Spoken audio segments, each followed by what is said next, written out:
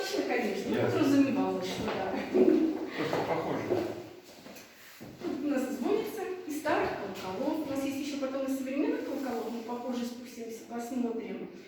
Это вот оптимальное количество колоколов, которое бывает на звоннице, потому что бывает гораздо больше. И 10, и 15, и 20, и 25 даже. Представляете, каким мастерством и виртуозностью нужно обладать звонарю, чтобы управляться с таким количеством колоколов.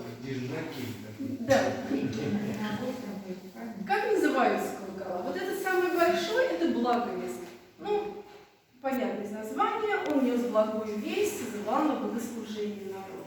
Эти маленькие, очень звонкие, зазвонные.